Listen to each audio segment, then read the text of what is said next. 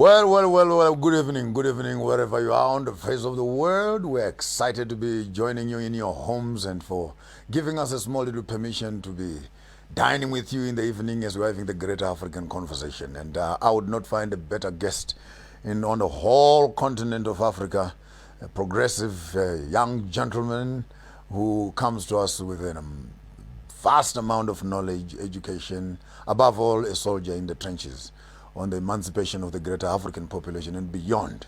Who else can you guess for you tonight? We got Andile Mngxitama himself in the house, and welcome and send some greetings to the viewers out there. I'm very pleased to be here. Yeah. I've been checking your stuff. at your own risk, kind of thing. Yes. So I'm really looking forward to the conversation, and I greet all the viewers at home in the different social platforms. Wow. Allow me just to allow the viewers out there in their homes to also join us in this beautiful conversation that we're having. And Babe Mngxitama is coming to us. Maybe just give us a quick breakdown. Who is Andile? According to you? I want to plug in. Yes, that's fine. I'm a black person, find himself in this African continent. In fact, I'm part of the dispossessed. I think that's how I like to present myself. And I was born and raised on a white-owned farm, which is a total institution of white oppression. I went through the farm schools and, of course, end up in the urban setting universities. I studied at West University. And I returned back to the land question. As soon as I left university, I went back to struggle within the landless people's movement. We started the thing called the landless people's movement. Okay. Inspired by the Zimbabwean revolution, by the way. Okay. The second Chimurenga, if you like. Yeah. When and you know the word Chimurenga comes from? Chimurenga means a small Murenga. Murenga is the father of Tobera. Tobera, who is the builder of the greater Zimbabwe ruins. So by saying Chimurenga, they are actually calling on the spirit of the ancient kingdom of Zimbabwe to have the revolution actually being fed by the previous glory of the Zimbabwean monarchy. We felt it because we went to Zimbabwe in that first wave when Hitler was leading the war veterans. Yes. And we visited Zimbabwe because we wanted to carry that spirit. And we came back home. We started doing some things around that. So I was born on a white-owned farm, which is our farm, of course, but taken by the settlers. Finished university, come back to the land question. The land question has always followed me. I thought I tried to run away from it. Land follows you. Exactly. See, traditionally, since you were born on the farm, maybe your grandmother, when you were born, they cut the umbilical cord and they buried it in the ground. And once you do that, then you are connected to the land, and your land will always be chasing after you. Absolutely. And of course, when I would then got to understand through the works of Stephen Bantu Biko, we are informed by black consciousness of Stephen Bantu Biko. And your eyes open and you hear better, and you realize, without the land, there's no good conversation. Exactly. We'll get to the land story. Maybe just take a small little brief in your studies. What happened? I hear from the grapevine a bit of traveling, the Cuban influences. Who could you consider to be some of the people that you rubbed shoulders with, literally, who began to shape your greater political ideology, so to speak? When I was at Wits, I was lucky to be taught by, incidentally, a white man, Richard Levine, who was steeped in the scholarship of the Dar es Salaam school. What was happening there with people like Shivji, on Nyerere's project. So we went in deep. Went deep into the Ujamaa, African socialism. But I was already black consciousness, so that for me resonated. It was a plus. Exactly. Yes. But then later on, in terms of practice, it was more Brazil. Visited a number of times. Then, of course, the black consciousness movement there, but it was more the landless people's movement of Brazil, where people who are dispossessed decide, we're going to organize ourselves and take back the land. They're literally occupying massive tracts of land. They reproduce, they resist and reproduce on this land and make life. So when you go and you see that you can resist, break down a gate. Just like what happens in Zimbabwe. Walk in, take the land, create a new society. Wow. That was for me very inspirational. Wow. What does land mean to you? Everything. What does land mean to you? Maybe I'm saying so because many of our young people that are growing up these days, when they hear land, it's almost like a cliche.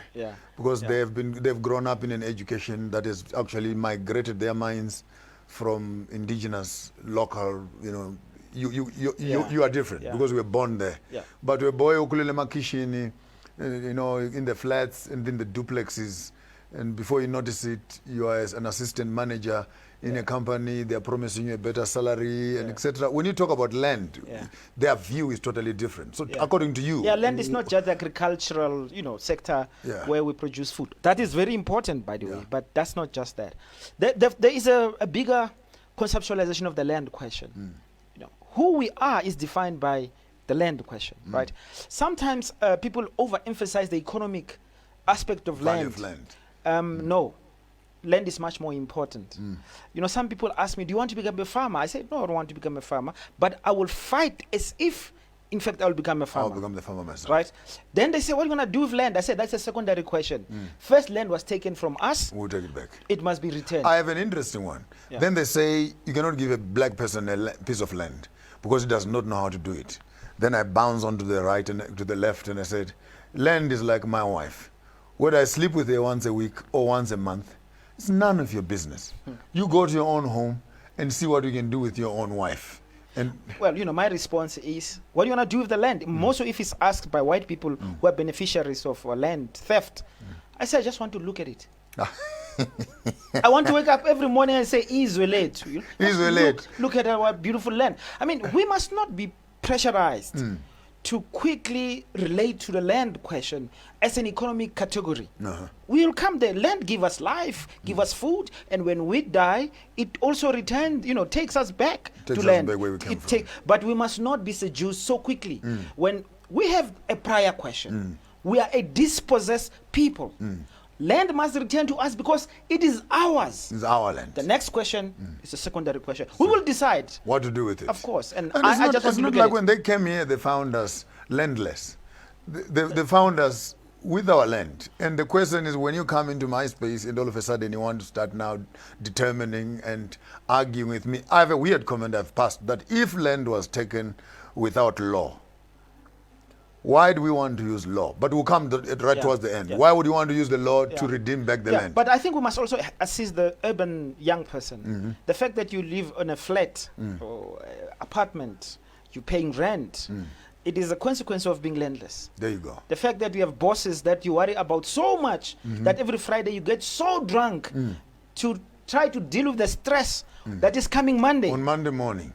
It's because you're landless. You're landless. Our predicament as a people, the fact that we're killing each other at the rate we're doing in South Africa, you have to go back to the land question. There is a small little paper I once saw that actually cramming and jamming people together in terms of accommodation actually becomes a breeding ground of violence. Of course. I mean, our townships, all of them, are spaces of death. You can't put people in that situation and expect life. We were brought in that situation to produce cheap labor. Wow. So all these zones we call townships are really, grounds for, they look at labor and they want it to be cheap. And that is why, I mean, every Friday, again, it's the whole weekend, it's war in South Africa, we kill each other. About 21,000 people die every year, right? 21,000, I've just seen the statistics of last financial year. This is a war which is created by the original dispossession and oppression of a people. Once we live the way we do, we're reproducing this violence. Of course, also the oppressed has a problem. The psychology of the oppressed. You fear the oppressor so much that you're taking out each other. Exactly. And the enemy still stands. I mean, that's why we'll rather deal with tikoloshes or we'll deal with... We bewitch each other over cars. The other day I was asking this at the traditional Sangoma. I said, if you really have tikoloshes, why not send them to the bank and send them to the insurance companies? Why not bewitch Mlungu? Why do we bewitch each other? But maybe that's a project we must undertake. Next time I'm having some indigenous cultural people here, I'll give them that as a project. But that's what we say, BLF. We seriously recruit all black people, which is included. Give them direction. You need to know who to bewitch. let's take this discussion higher. BLF, local, regional, international agenda. What sort of software are you looking at in terms of the local politics, regional politics, and the greater African continent and beyond? What are the key principles that are driving BLF that you want to share with the audience that are out there? You know, your show is called Sankofa. Sankofa, yes. In the BLF philosophy, we explicitly adopt the Sankofa approach. Wow. And then quickly Guys, I just found a co-host here. I just found a co-host on Sankofa right here. And this is very important, of course, that we have to look at our past to create the future. We are not trying to replicate the past. We learn from the past to create a new future for ourselves, right? And that is for us what the Sankofa, approach tells us. And then I'm starting high up there. Yeah. Quickly go to Burkina Faso, Thomas Sankara, Yes. as a key value in terms of what leadership, political revolutionary leadership means. Yes. Steve Biko gave us the black consciousness philosophy back home. We respect a lot Sobukwe. He emphasized the land question, black first, land first. Black Biko, land Sobukwe. The Sankofa and the Sankofa approach is how we deal with the history. Yeah. But the one example, and young people in particular who are serious about change, you have to Go through study Thomas Sankara. Thomas Sankara, yeah. He give us, this man has the possibility to steal, to enrich himself, to amass all this wealth. He doesn't do this. He does something completely different. That is what must seduce young people. The possibility to change the circumstance Service. of our people. Service for the people. Absolutely. I mean, Wow. they end up, of course, murdering him. Sankara, we must not allow them to murder Sankara. Another Sankara again. He cannot die. And the way we can make sure that he lives on is to make sure that we learn from his The example. colonial knee has been sitting on the African neck for quite some time. It's 400 years later. Let's push on to the next button and ask the question. As far as you're looking at the Sankofa concept and business and land and business, what is this delicate relationship that the African child is not aware of, and the involvement and the playing of land, that we can actually leave 10, 15 hectares at home and run and come and do a mkuku at the back of Sandton to survive? Where is the black child missing the value in terms of business? Whereas the Afrikaner boy is running from town and is going back to that same piece of land and utilizing it, becoming a millionaire, having access to funding, have access to insurances and etc. Where is the black child missing it? Because I see two exodus. While we are running away from the land, the colonial system is actually running to occupy the same land. Where is the black child missing it? How is business linked to the land? I think for us, you are black before you're a business person. Yes. And that applies to all sectors of life, right? Black business is not going to succeed if we don't, under these current circumstances, consider it part of the battle, part of the war to reclaim our countries, and reclaim our power. Our power is exercised. And because, I was just thinking about how in Kenya, Odinga, he started back then. He was a very successful business person under colonialism, but the colonialist power destroyed his businesses, just like they did with the Black Wall Street in the US, Yes, I remember where our that one. people were hugely successful. Banned all those businesses now. So without political power, revolutionary political power, to support our businesses, our regeneration in all aspects of life, we're not going to succeed. So what does it mean for a business person today? You have to understand yourself as in being in trenches, as part of a bigger war, because otherwise, the way we call white monopoly capital in South Africa, my brother, even if we were to try a business and we succeed, we'll find that 70% of the products we want, the inputs come from these guys. And when we succeed, I've seen They just squeeze you. there's a guy in Yeovil. He was selling nice pork ribs, and he got them somewhere cheap, and we all flock there. Those who eat pork. And then when I went back there, he wasn't there, and I meet him. So what's happening? He said, you know what? They just raised the price impossible. Yeah. Because I don't have. And they just kicked him out. I don't have black suppliers. Yes. They squeeze me out of business. So it's a revolutionary project to be a black business person. That's why you must be so aware. And of course, you must give us good service. Good service. I want just to keep that a little bit as a part of our education process. That maybe the African child is missing out on the value chain. Yeah. You know, it's one thing to wait in Yeovil for nice 150 grams of pork chops. Yeah. But the question is that how has it been brought here? Transportation. Yeah. How has it been packaged? Yeah. Marketing. Where does it come from? Who has farmed it? Yeah. And where is this? So that land actually is a key component on the value chain. So that the pork chops that you are enjoying at the end of the day, there is a whole entire system at the back that supports that product. We just become salespersons of products generated by the enemy. Wow. But let's bring it to indigenous forms of life. Yes. Now, we do libation, siyahlaba. You know, our people actually go buy a goat, a cow from white men to do libation for our people. I see. So now what we must say is maybe we need to pause until we have our own animals to do our own ceremonies. To do our own ceremonies. Yeah.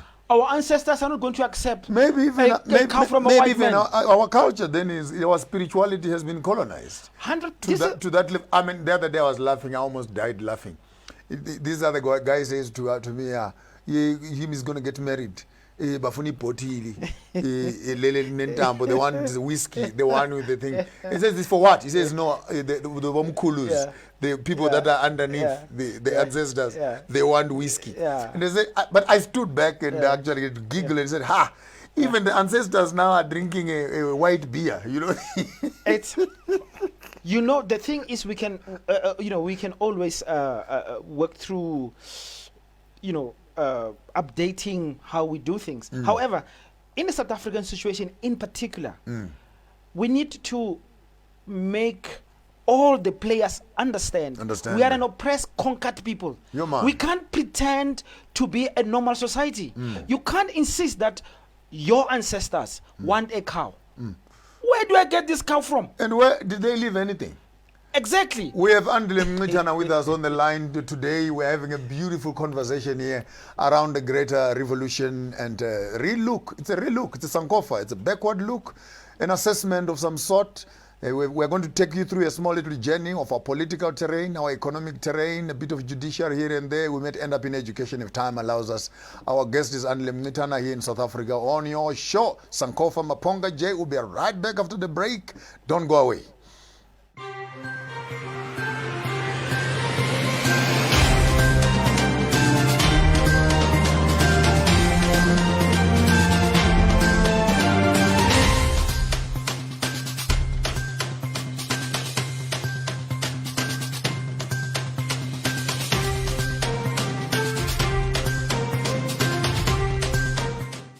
The coronavirus outbreak. Experience the extraordinary. Tremendous waste and tremendous fraud. Mexico is, in fact, you will soon find out. It is a day to celebrate. We don't approve at all what's going on. Well, I don't know if it's necessarily unusual. Challenge your ordinary. Not only the government, the municipality here has had no plan. Experience.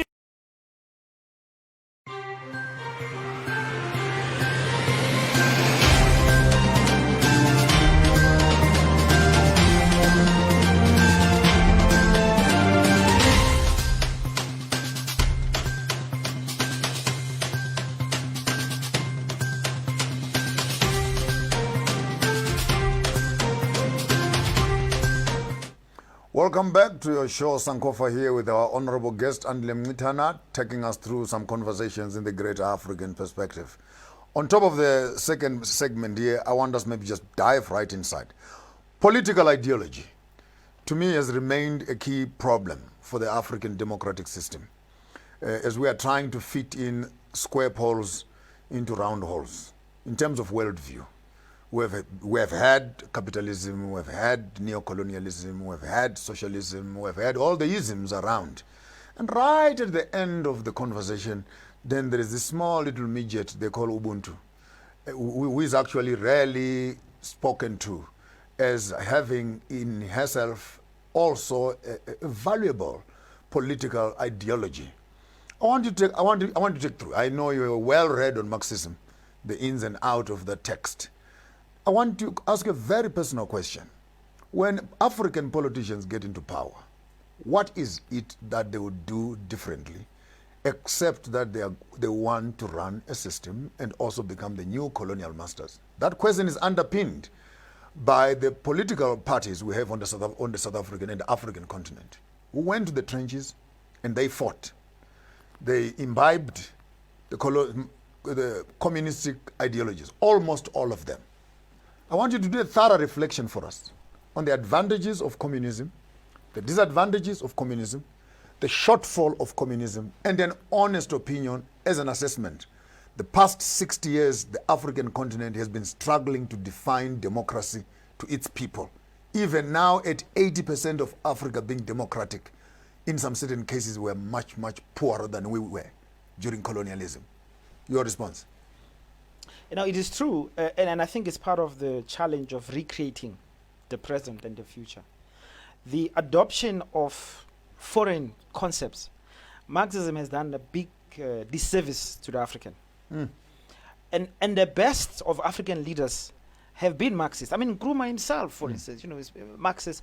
The mistakes of Sankara, because they are, if you look at them, they come from his adoption of a Marxist perspective. The interesting thing is what Nyerere does. I think he does something different. He really tries to understand what we can do with indigenous knowledge to recreate a society that has these elements we call Ubuntu. But I'm going to argue, even Ubuntu suffers the same problems that these other isms does. Nothing is a given. We're going to have to fight for everything, redefine everything, so that, you know, we can have a better chance to give ourselves, you know, a new possibility. But the African revolutionary have not done enough, in my view, to imagine, okay, what is this new society going to look like? We quickly adopt categories and try to impose them. So we need to question, I think, a lot of that. And work has been done. I'm just thinking now, the critique of somebody like Fanon. He looks at the political class, he said, this is a comprador. The bourgeoisies and the rest of them. Yeah, this is a comprador. It just want to replace the white man. And I mean, this is, but it's maybe must go a little bit deeper, as you'd say.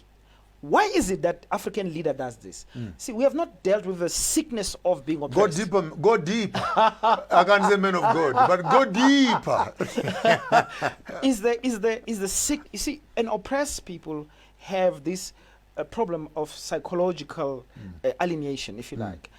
Why would an African leader want to have a watch of 350,000 rand, will have to have a house, the biggest possible house you can have, 10 cars that are driving with front you. And back. Exactly. This is emptiness, which come from being oppressed for so long, and incapacity to empower yourself and your people to creating real good life for everyone. So our political leaders then become these consuming zombies, if you like, because consumption, conspicuous consumption, becomes a defining. And then, of course, the oppressed somehow enter this festival as well. To be a real leader, you have to show and celebrate their stolen money. Exactly, because we are all not well. Being oppressed, the state of being oppressed is the state of being unwell. That is why Steve Biko spends so much time talking about the mind. He says the most potent weapon in the hands of the oppressor is the mind. Of the colonized. But I'm just saying, I think we're too quick to say the ideological apparatus is not well developed. That's why the African leader goes into power and then does not perform. No, the problem is in the mind. We are 26 years into democracy in South Africa. The ANC has, at one point, absolute majority. It did nothing with that power to change the circumstances. You know, as we speak now, under this COVID-19 lockdown, they are promising black people 350 rand. 350 rand a month in a country which has the wealth to take care of everybody in dignity. They have given the banks, about 6 of these banks, for 540 billion million rand. Even the 350 rand is not coming. Our people are, but I mean, this is the sickness. Going back to it, how we deal with your sangoma, your prophet, your political leader, exactly the same. You close your eyes and you hope for the best. You hope for the best. And shall we pray? Kenyatta says, let's pray. When we opened up our eyes, the land was gone. But it is part of the problem of the sickness of the oppressed. That is why we have part of helping ourselves is to organizing ourselves to resist and to bring hope through the self-activity of our people. I actually believe part of dealing with the violence in the black community is bringing real education, confidence to our people, The young people, yeah. make them understand there is a future we can build, but that has to be resistance. Resistance at church, resistance at work, resistance at school, resistance in the families as well. People are sitting in their lounges at home. Even politicians are sitting out there from the great African continent. What word would you give them in terms of them changing that rudder on the political system? What must they do to change this narrative? I think I would say, unfortunately, we have one good example. And to make your life easy, I would say, listen to what Steve Biko says. Look at what Thomas Sankara did. I can't see better examples of how we can get out of this situation outside of this great example. Of course, there's Samora Machel as well as another great African leader.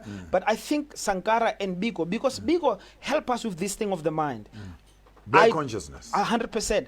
Until we get black consciousness right, we're not going to serve our people. We're going to look down upon our people. We're going to look at ourselves first, and we're going to try to solve our problems by adopting white categories. Is it possible, according to you, if this statement is true or false, that politics has become actually a passport from poverty? Yes, 100%. Politics is the reproduction of an African elite. And so this elite use politics. I mean, of course, it's the most evil system. What you do is you use the poor to push yourself up as representing them and the best hope. In fact, those who are most articulate, the demagogues who speak, with convictions, are the best salesmen who quickly go on to top. And our people, just like I said, close their eyes and really hope that this one is the one. And they will follow that one because they really hope. Ceremonious. But that is even, you go to church, your pastor says this is waking up a guy, and you can see this is all a lie. But somehow you convince yourself that this is a miracle. You are an educated person. You are a rational person. You can see this thing is a joke. Common sense does not work in churches. But this is true for my argument. This is true for politics. It is true for religion. For Critique this comment. Religion and politics are entertainment for the poor. Well, that's how the ruling classes have done over the years. I mean, you make the poor. You see, let's just put it this way. I do have a problem with also why are the poor available to this entertainment? So these are victims, I'm going to argue. And victims of oppression, these alienated beings hold on to any hope that is provided. And the politician and the religious man know how to play the game of hope. What are they selling? Well, of course, precisely, they're selling hope. That's what they do. Hope. They're selling hope, and they use. They say to you, "Fakimali zobona." Exactly. Your pastor says you must give them money for you to get money. The politician says, "Give me your votes, and then I will do something." Right. So, and I say this as somebody who plays in the, if you like, in the political space. And our attitude is this: we need to use politics to end politics. We are anti-politics essentially.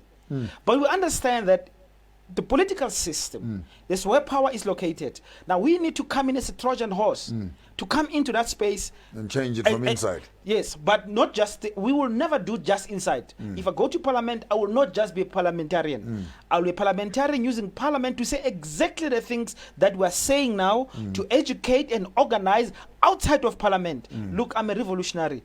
What is my fantasy? Is to see Parliament actually go up in smoke. That's what I actually want. Burn the building down. 100%. And we will be inside.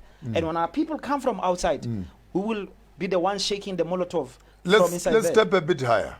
There is the economics with the land on it and the relationships and spirituality that is there. Second level, there is our politics, and which has been sponsored by the economists. The whole issue of state capture comes in terms of sponsorship.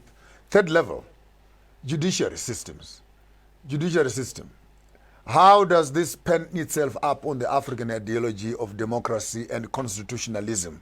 What type of a monster is a constitution on the subjects that we are discussing? What is it that? What is the hamstring in the hands of the politician who has actually become the new colonial master? When colonialists arrive, they bring 3 institutions after they take your land. Or sometimes, if they come as missionaries and you allow them, firstly, they put up a church. The church is also school. So they are schooling you in their ways. Then they put up a police station, and of course, attached to it is a court system, right? So they're going to make sure that you comply. And then they bring the bank. Okay. So these 3 elements. One more time. So the church, and it's a school. Yes. And Police station and the court. The court and the bank. That's a nice one there. That's Exactly. a nice one.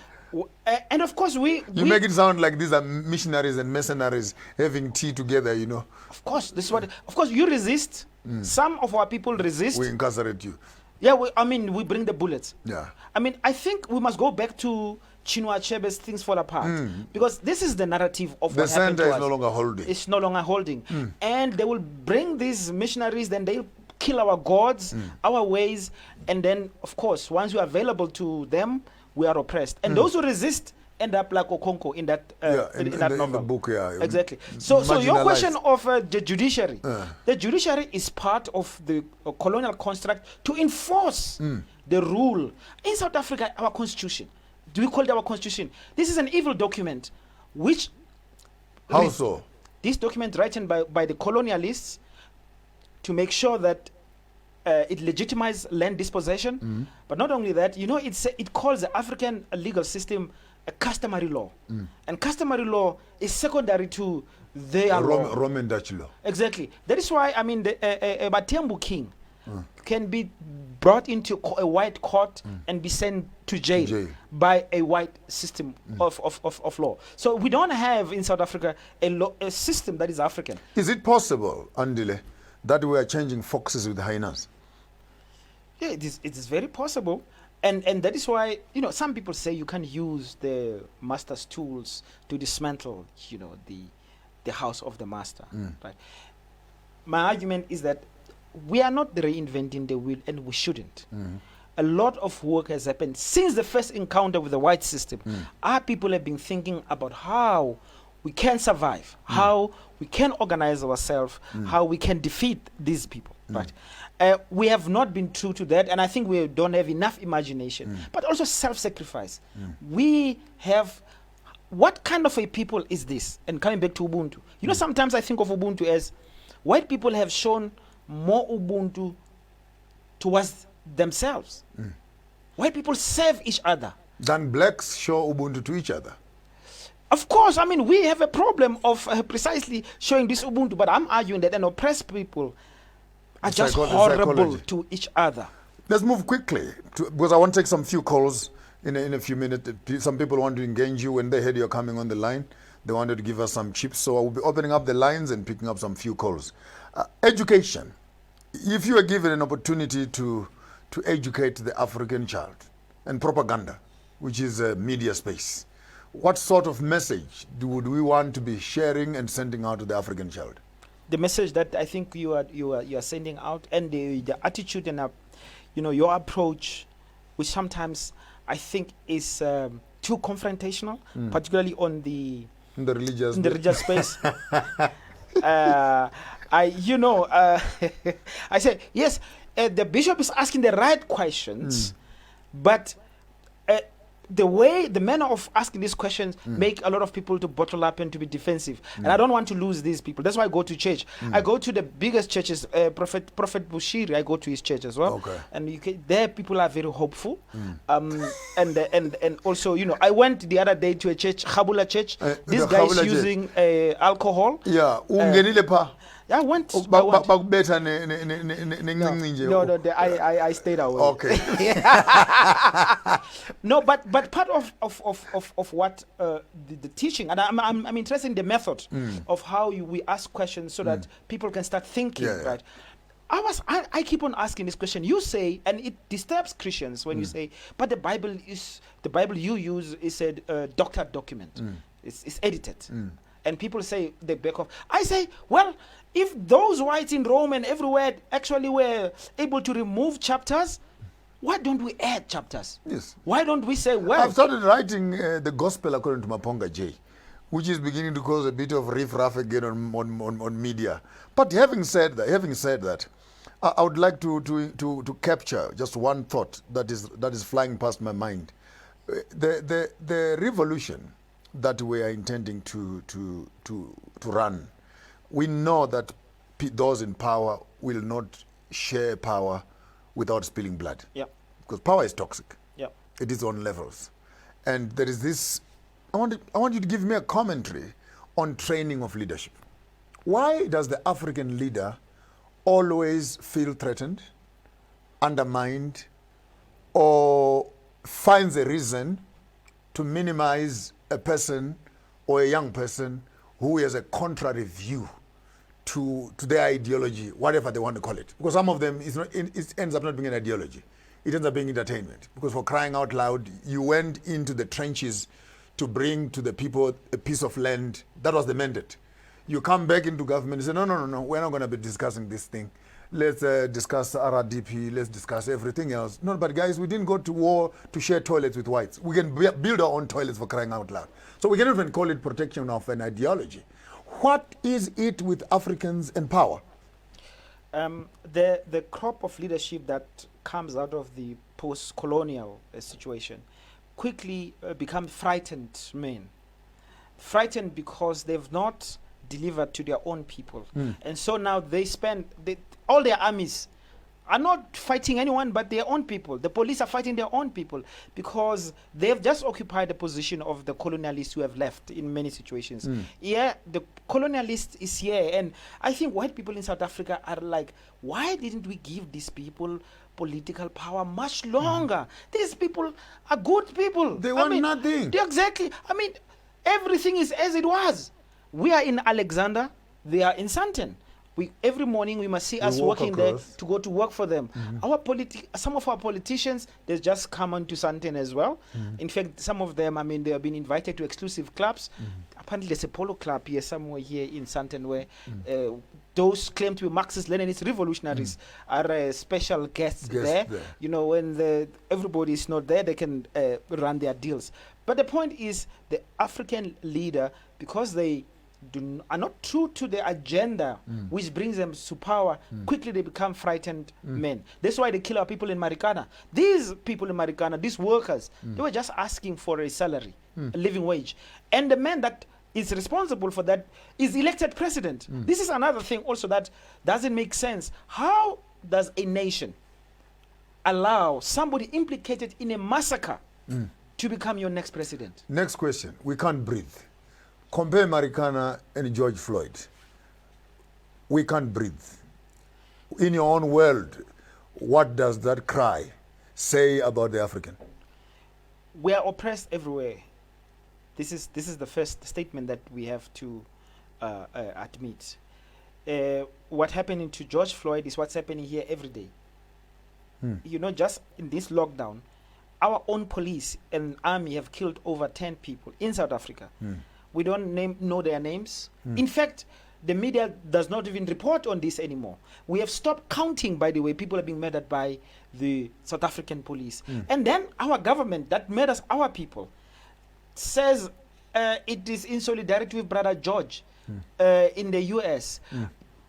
What I have found very troubling is how people killing their own through these states which have been inherited from the colonialists, find that they can do this false solidarity with what is happening in the US, when in fact it is happening here every home. single day. A woman in Kruger's Drop is killed with an 8-month-old baby a few days ago. We are a people at war with itself. I want to also be a little cautious, because it's so easy to run with the narratives of false solutions that have been provided from these white universities. The black man is seen as the problem. And of course, the hand of the black man is the one that does the killing. He's on the crime scene. I mean, of those 21,000 people I've mentioned, 18,000 of those are men killing each other. There is this figure of over just 1,000 children. Black women are involved in the murder of these children. And then, of course, we kill our women, if you like, women as well. So there's a war going on. We kill children, we kill women, and we kill each other. We kill each other. We need to understand what kind of people do this. Give me a difference between crime and violent crimes. And I want you to classify the South African space. Why are we stuck on violent crimes? If my life has no value, why should I value yours? I might need to hijack your car because I am really hungry. Yes. You give me the keys, but I still shoot you. Why kill me? That is not necessary. But that's what I want to find out. Because if it was that you come to my house, you are looking for jewelry, or you are looking for money, or you want cell phones, then take the cell phones and walk away. No, oops, I've just got the cell phones. Where are the girls? Then rape them. After raping them, then kill them. What in your own assessment, what quality of mind is this criminal society? What kind of software are we running with? The late Zimnawana. My friend, by the way. He's the one who taught me the tenor sax. I used to go to his farm, I know, zoology. As you drive towards the south. Yeah. But I could only take so much, because his performance demanded too much. If you really get into it, I mean, I often avoid. He would absorb you in. Yeah, but I mean, so he says the problem is vandalism of the spirit, where they vandalize people. I mean, they went there, by the way, the grand piano was, They destroyed it. Exactly. And he still little shiny things. He even played it for me in its off key. And he says, my brother, don't worry, man. I know. Don't worry, man. Let's just play this thing. And he would clatter some notes in, and they think, I'm slamming musician my own right. I'm saying, hey, Chief, we need to tune this thing. He says, no. This is what the society is all about. Exactly. But so that question, this practice, this violence, which is irrational, which is not functional completely. It is part of a vandalized soul and spirit, and of oppressed people who have been removed from who they are. And until we resolve this question in South Africa, I can't see how this violence is going to end. And I do want us to seriously think about, in the medium term, between now and the revolutionary outbreak of revolution, how do we take care of each other? How do we protect one another? Are there things that we can do to achieve that? To achieve this. This violence is too much. It's too much. Something must happen. What's the difference between xenophobia and Afrophobia? Well, xenophobia is the fear of the foreigner, and that does not exist in South Africa. Because if we feared foreigners, people will be going back to the ocean, or they will be packed in the airports, and they'll be going back home in Europe, because those are foreigners. That would be xenophobia. That will be xenophobia. It's very strange in South Africa when we talk about the foreigner. We don't talk about the guys who arrived in 1652, take your land, make you a slave, put you in townships and squatter camps. That's not. This is the victory of the colonial project. That is why it brings the church and the school, because it gives you the consciousness of the colonizer. You know, Chinwezu says it is like a mouse which has been given the consciousness of a cat. You imagine yourself a cat. And you're still a mouse. But you know what is even worse? What happened when the cat gets hungry? You will eat you up. They see. But when you see it, you go and to give it a hug. Because in your mind, that is one That's of that's that's one me. of us. That, exactly. He's eating food. But in you are food. Quickly, we are on the African terrain. Passports and borders. Yeah. You know, we need, let me just say, you need to bring me back. I want to talk about what I call Kwame Nkrumah's Pan-Africanism versus the Pan-Africanism of Cecil John Rhodes. We must remember Cecil John Rhodes has a project from Cape to Cairo. Same project that we, Nkrumah, tried to overturn. I'm arguing something controversial. I'm saying Cecil John Rhodes, of course, from Berlin, they needed the colonial border to plunder Africa. I'm arguing there's a mutation of the imperialist interest and movement of capital that no longer wants the border. And so you got to be extremely careful when you call for the end of the border, right? Because white capital in South Africa, of course you want a borderless Africa so that it can plant itself throughout the African continent, put all these big supermarkets, get cheap exploited labor, destroy the African peasant forms of reproduction without having to account. Monopolize again. But let's just come back. This I mean, you asked the question Afrophobia. In South Africa, there's big problem of Afrophobia. We are murdering each other at the base. I'm arguing that this is function of capital. So what capital has done, it wants cheap labor from outside South Africa, undocumented. Yes. Because local labor becomes expensive. Exactly. Repress the South African labor market. Now what you have here, you have South Africans who can't accept those jobs because, I mean, it's as good as not being employed. Yes. And then you have your brother and sisters from outside who are struggling and they can live perhaps. I mean, look, migrants everywhere on earth have a way to sustain much better. So now what you have at the base, you have people fighting. Conflict. I had an example in Hartebees, where a Greek man runs a spa there and fired all the South Africans and then employed Zimbabweans. And they started to be rivalry now in Lokshit. They're fighting over what? Fighting over the job. And he said, why are you guys fighting each other? This guy who's standing on the side is actually managing both of you. You know. I mean, the first wave of the Afrophobic attacks, about 62 people were murdered then. I think it's 2009. Yes. And we were all running around to solve this. Part of those, about 30% of those people killed were South Africans. But you know what? They were a little bit darker than I am, you know? Maybe a little... I would not have survived.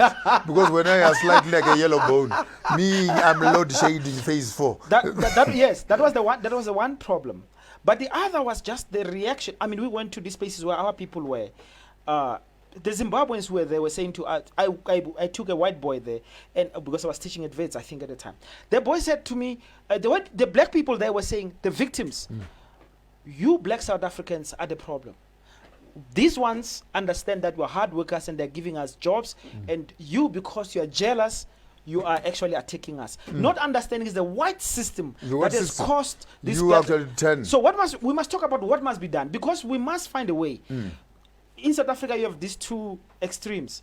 The one is my brother Julius Malema with his, I argue, the Cecil John Rhodes Pan-Africanism, and we can talk another time about that. And then we have this madman, Herman Mashaba, shut down the border, criminalize everyone. Both of these are false situations. What we need, first, South Africa and Zimbabwe. The problem we have here is the influx of Zimbabweans because of the economic hardships of Zimbabwe. We have a responsibility as South Africans towards them. We can't allow those mad men running Zimbabwe down to continue to do so. We have to allocate resources. Zimbabwe is not a big economy. South Africa can carry that. Exactly. But we must get those madmen who coupists, who remove President Mugabe. And now they are brutalizing one another, force them into a settlement so that we can normalize the Zimbabwean situation. The economy of Zimbabwe can be what it is. We can do that. We have an advantage. My own observation the other day was, what kind of... COMESA is doing well in Kenya in terms of the trade area. And I'm looking at South Africa as a bigger brother on the south. There's Mozambique, that is here. Lesotho in its fullness. Swaziland in her fullness. Botswana, we supply the bread and everything else. Zimbabwe is nearby. I'm just looking at this small little circle, right? If you can just cut through Zimbabwe there, even parts of Zambia if you want, in Namibia, and you look down and say, what would it take for the South African government to consider the African project by firstly trying to establish a sort of an understanding of trade and business unit that can begin to respond to the central part of Africa, Congo, Rwanda, and etc. can do another piece, then Kenya and Uganda, then Nigeria and Ghana on the other side. So that at least we could, in some certain way, begin to see how best what advantage would we face as South Africa to create a common trade zone for the countries that are on the nearby borders? You know, this is my difficulty. When you talk about South Africa and trade, who are you talking about? The same white people, of course. You see, this is the and so we've seen them, they're penetrating Mozambique quite aggressively. And the Mozambican state is beginning to give them land, and they will destroy the Mozambican agrarian sector, certainly. And then, of course, I mean, using their supermarkets. I mean, they are also importing cheap, here's the thing, get cheap labor from outside South Africa, produce goods, and then send them back to your own country. So you destroy. Hold here it right and there. We'll be back here after the break with your host here, Maponga Joshua, on your program Sankofa, and we are so happy to be listening to some of your commentaries here on our social media space. Our lines are open, and I think the number should be appearing somewhere at the bottom of the screen there. For those of you who might want to call in, our guest, Andile Mngxitama, is in the house having a greater conversation on the African continent and the agenda of taking this Africa country back to... Just before we go for the break, we wake up in the morning, Andile Mngxitama is the president of Africa. Tell me 3 things that you would do.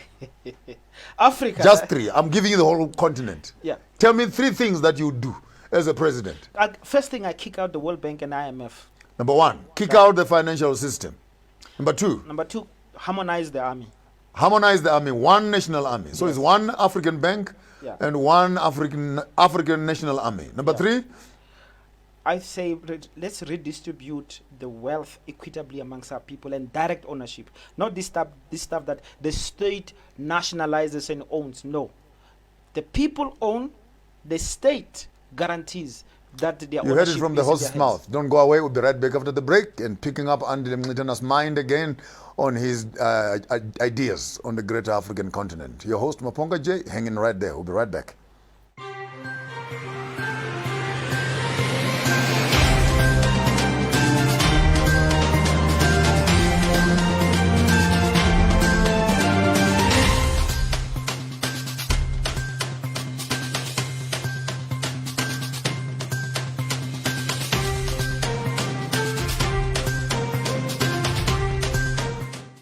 The coronavirus outbreak. Experience the extraordinary.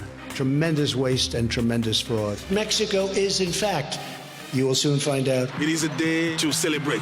We don't approve at all what's going on. Well, I don't know if it's necessarily unusual. Challenge your ordinary. Not only the government, the municipality here has had no plan. Experience the extraordinary with StarSat. The power to defeat coronavirus is in our hands. Play your part by following these 5 basic precautions. Regularly wash your hands with soap and water or sanitizer for at least 20 seconds. Maintain a safe distance of at least 1.5 meters from people around you. Wear a cloth mask at all times when in public. Always cough or sneeze into your elbow or tissue. If you're an employer, screen your employees daily for symptoms of COVID-19 and where appropriate, refer for testing. Working together, we can beat the coronavirus. A message from government.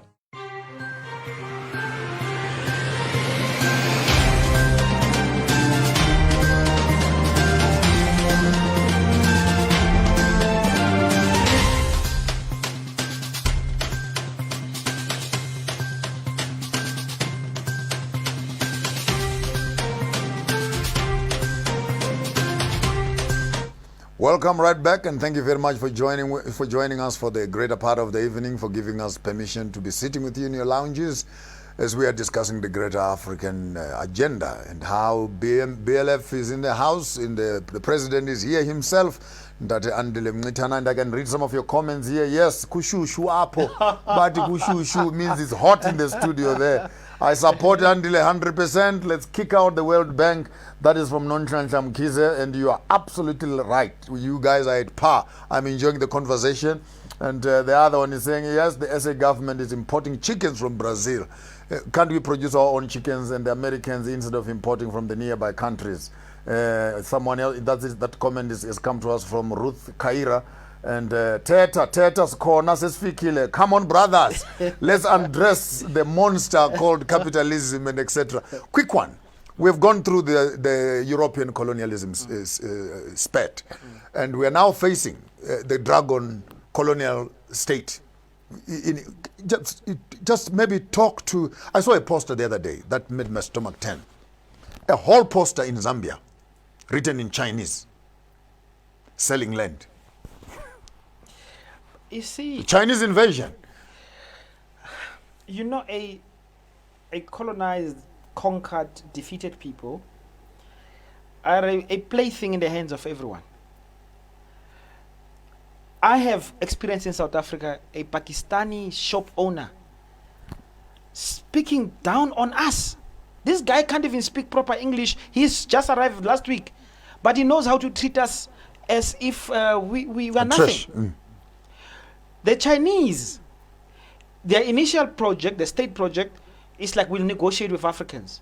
But Africans are not negotiating. Africans are accepting all the demands of the Chinese, and quickly they realize, but these people don't deserve our respect. So the Chinese takeover is a real possibility. But this possibility is there because we do not have governments that protect our interests. This is for me. The China is not coming here with an army. It's not, China comes and it's gonna. They come with a briefcase. Exactly, and say, look, you want this money, and then you say yes, and of course, the nation never sees that money. The politician takes it, and China comes and demands, its money back, and then it controls you. So until there's an African revolution, and again, I think China, in fact, can become a better partner. A good partner. But you need two. To negotiate. Exactly. China has no one to negotiate with. And therefore, it's on a plate. Exactly. Therefore, it imposes. I will do the same. If I come in the situation and I find that nobody is yet, I will precisely. I'm saying to you personally, I have been ill-treated by a Pakistani I can see arrived yesterday. Prostitution and politics. What are the differences? What are the similarities?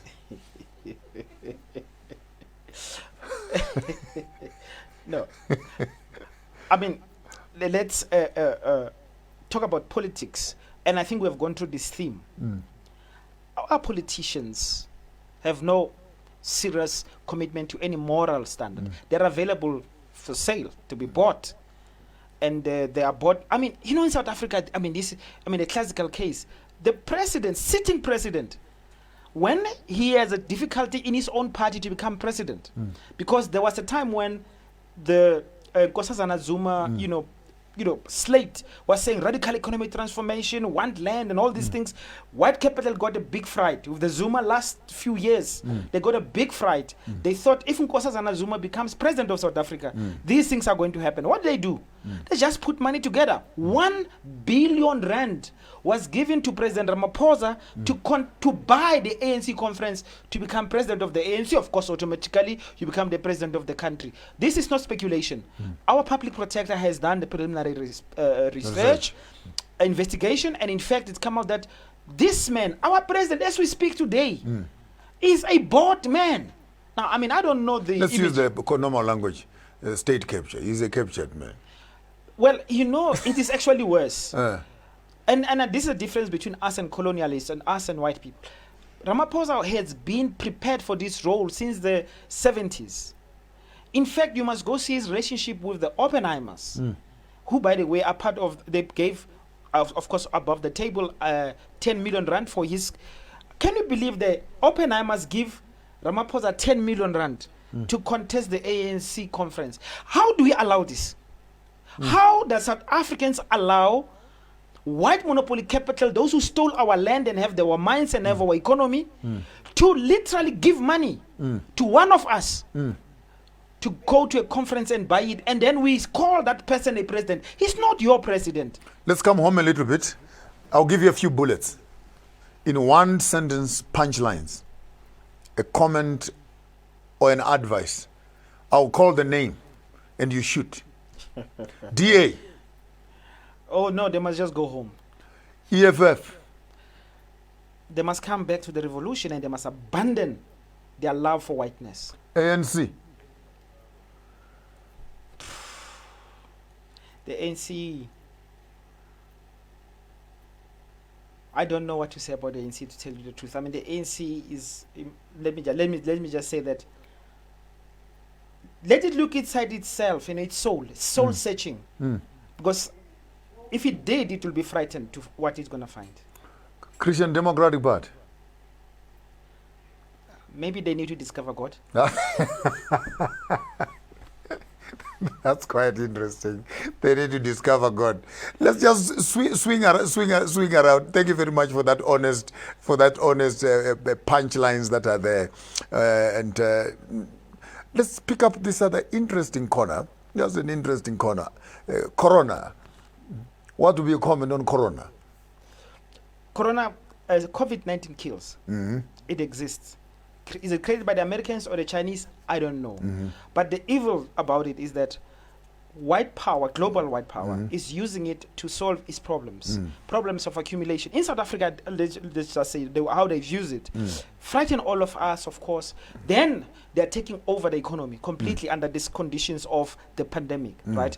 I mean, workers are being, as we speak, retrenched with no kind of law being followed or procedures because they say that there's COVID-19. They have gone into the economy, they are privatizing, they're taking over everything that under normal circumstances would have resisted. But that is true for probably the whole of the world. So COVID-19 has become now the cover to which evil is being perpetuated. Absolutely. Let's punch another. When we should be going to Madagascar to get I was punching the next one. Mhlonyane, Yes. Indigenous medicines. What's your take on that? This is the future. This is the future. People who are serious about health of our people are studying very hard, and they come to the same conclusion. We have solved these problems. It is these guys who bring their poison because they want profits. You know, in Limpopo, by the way, people who are producing mhlonyane are being arrested. They are now saying people must not sell mhlonyane because they claim it is now all of a sudden a protected species. But we have always used this, and we know how it solves our problems. The future is, again, the Sankofa approach. Go back to learn. My father was actually a medicine man. He always went out to the mountains, brought stuff, roots, mixed, and healed people. Healed people from, I mean, there's a guy, another time we're going to talk about it, who became an Olympic medalist. My father actually sorted his problem. This boy. Yes, yeah. Mixing things. Mixing in herbs and stuff like that. And then, I mean. And got him running. 100%. In 2 sentences, compares Santon and Alex. There is no Santon without Alex. And vice versa, in a sense. Santon produces Alex. So Alex is a byproduct of Alex. But they have this relationship where life, to be sustained in Santon, you need Alex to give its all. And until black people understand that divide and walk across the bridge to claim that which belongs to them, we are not yet ready to reclaim this country and to reclaim our wealth. Your final parting shots, I want to throw them in the space of the greater African revolutionary. Can you identify a strategy? If we are to do it, how, when, who are partners? What sort of future can we build? It's one thing to have a talk show. It's another thing, maybe in terms of your space, have you started a conversation with other parties on the African continent? And if young people want to join the trenches what sort of software can they access? Where can people find you? Where people can reach you? But I want just to maybe throw it on your table. If you are given the African continent and the greater agenda, what would you consider to be a strategy towards the great takeover or towards the great education or whatever you want to call it in terms of the greater African continent? We must not reinvent the wheel. A lot of work has already happened. We have to go back to see what is the agenda of Kwame Nkrumah. What was he trying to do? Why did they fail? We have to learn from our own history, but also we must become revolutionaries. The problem is that young people don't maybe it is the failure of elders. We have not provided a critical framework to assess. You know, when I stand up and I say, I love Africa, everybody says I'm a leader. We listen to what people say, and we also not look at the contradictions, and some of them too deep. You give that person power, they will destroy you because they are not speaking for you. They have other masters. So I'm just saying, firstly, we need to sort out the ideological problem.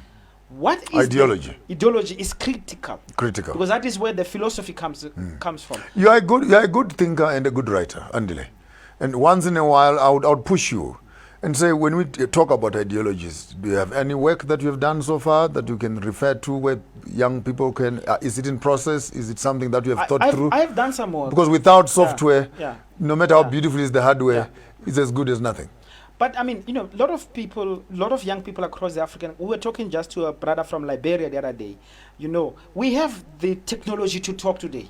There's no reason why we can't have an Africa-wide conversation about an African agenda. This must be a product of conversation. But I have done some work. I mean, right now, if you go on Facebook, you just go, blacks can't be racist.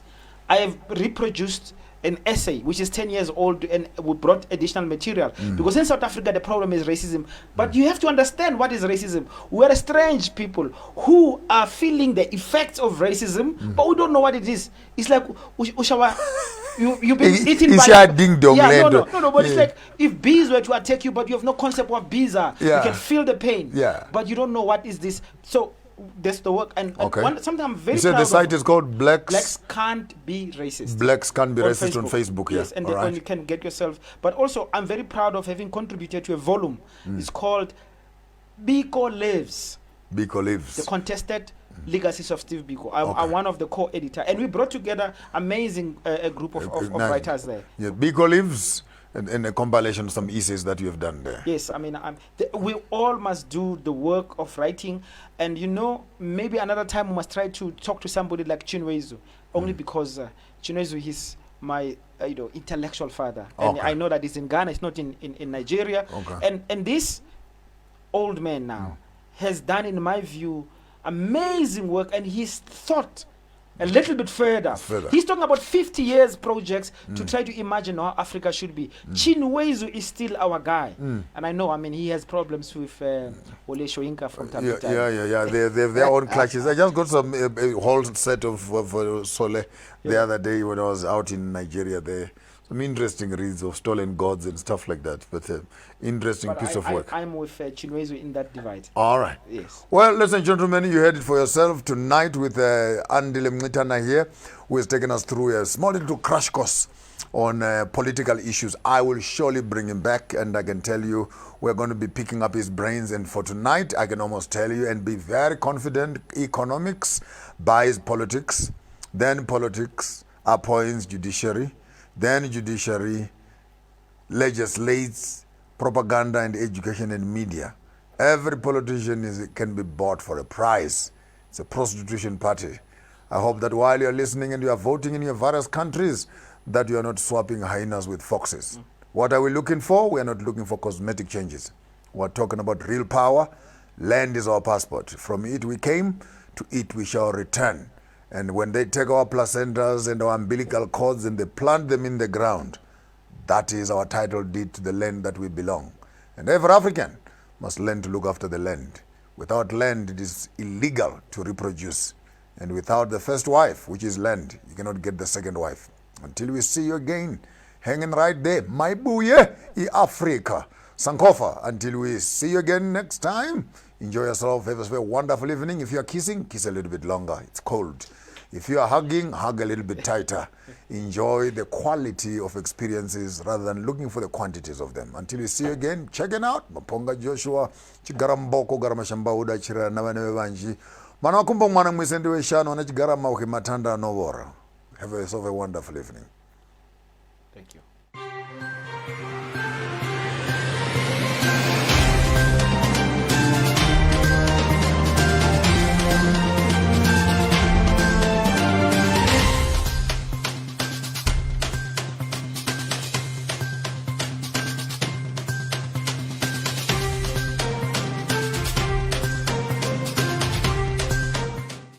The coronavirus